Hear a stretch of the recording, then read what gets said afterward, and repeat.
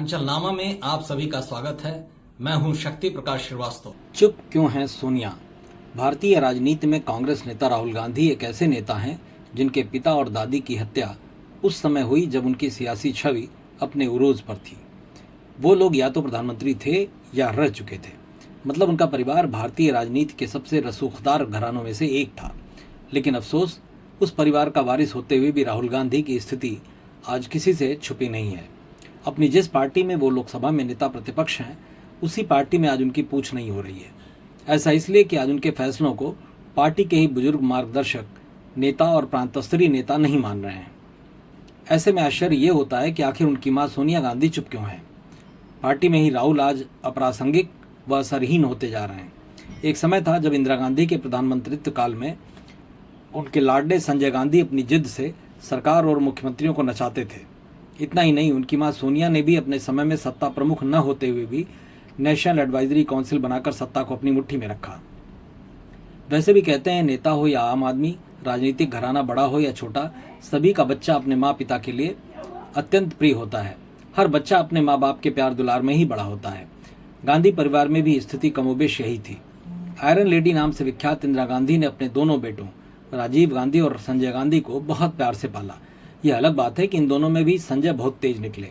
उनकी तेजी का आलम यह था कि बड़े से बड़े कैबिनेट मंत्री भी उनकी मर्जी के बिना उनकी मां इंदिरा से नहीं मिल सकते थे। आपातकाल में तो संजय का जलवा देखने लायक था। अपनी जिद के आगे वो मां की भी नहीं सुनते थे। सीएम बदलने तक का फैसला करने की हिमाकत कर सकने में वो समर्थ थे। 23 जून 1980 को एक दुर्घटना में उनकी मौत हो गई। बाद के दिनों में इंदिरा गांधी की हत्या के बाद राजीव को पार्टी और देश की बागडोर संभालने का मौका मिला, लेकिन उनमें संजय जैसी तेजी नहीं थी। लिहाजा वो मन की तरह एक चौकड़ी से घिर गए। 1991 में उनकी भी हत्या हो गई। इसके बाद पार्टी की कमान उनकी पत्नी सोनिया गांधी को मिली।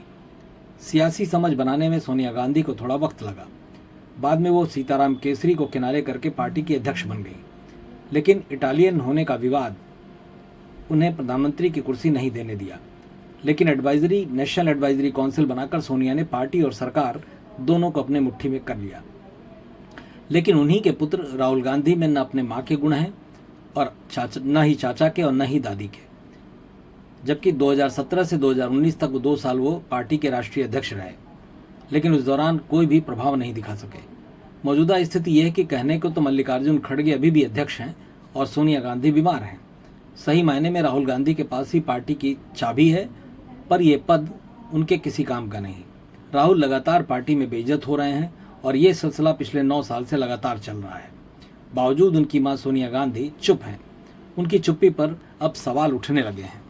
मतलब की बात में आज बस इतना ही। कल फिर मुलाकात होगी इसी समय, इसी चैनल पर। तब तक के लिए नमस्कार।